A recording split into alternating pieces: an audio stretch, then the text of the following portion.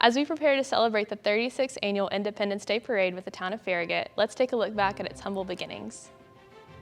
And Jack came to me and we sat down. He said the mayor had this idea about having a parade, 4th of July parade, and none of us had any background in that, but did I think we could do that? And I don't even remember what month he even asked me, probably about 6 months before.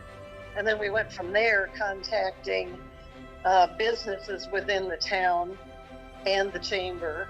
We didn't have that many floats, and we started out with only a small group of Farragut High School band members that played in the parade that were, of course, on summer hiatus. And that was basically the only music we had in the parade at the time. So it started very small. What was the name of the lawnmower group? Was it Kinser Farms. Kinser Farms? Were the Kinser Farm lawnmowers in the first parade? Yes, they were. Does anybody remember how that got started? My understanding, it was the neighborhood, the subdivision, and there was just someone there who thought that it was really fun to watch the Shriners do their thing with the little cars, and that they would do sort of their own parody of it with the riding lawnmowers. When I was there, they brought the lawnmowers in trucks. They even rented a U-Haul to get, the lawnmowers there. It was great. In some of the early parades, Jan, you had some people from the USS Farragut there. Yeah, that was afterwards. That was probably the second year. Yeah, okay.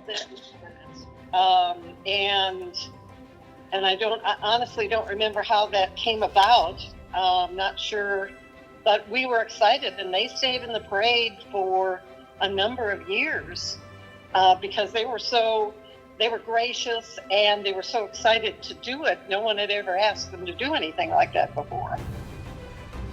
We've had some really great grand marshals over the years. So many, it's hard to signal out because I really cannot think of a single one that wasn't gracious and wonderful and pretty easy to work with. But I have to say that one of my favorites was Wade Houston. He was a coach, a UT basketball coach, very famous, lived in Farragut. And at that time, we actually had awards that we had judges that judged the parade, and they gave out basically trophies to different groups. And there were different categories, and that changed over the years. And we had a little grandstand area in the Ingalls parking lot, and they hung out and talked to people and took pictures, and then they were there to present the awards. In the early days, with the Board of Mayor and Aldermen, they brought their own cars and their own drivers. And then individually they were in there. And then in the, I think probably 92 or 93 is when we got the first boat so that they could all be together. What strikes me hearing you listen to it is that so much has stayed the same, even though it was small and informal, and it's much bigger now, but it still has, I feel like, the same character that it had in the beginning. Sue, do you have anything to say about that? I mean, I think, what you had, Jan, was antique cars and local people with some cool, different kind of cars, kids on bicycles, the neighborhoods or the subdivisions.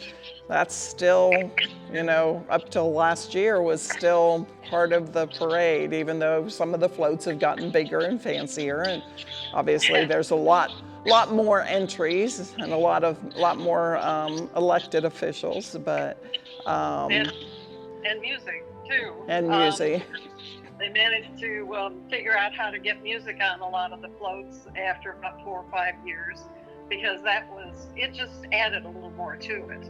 I remember we started, after that first year, we started planning for the next parade that next day, just to make it better and more involved. I mean, it was a community event. That was the big thing. People were proud of what they had created because they were involved. Well, you got it started, and that was awesome. And you know, even a couple years ago, we're still basically using the same outline with a little tweaks along the way.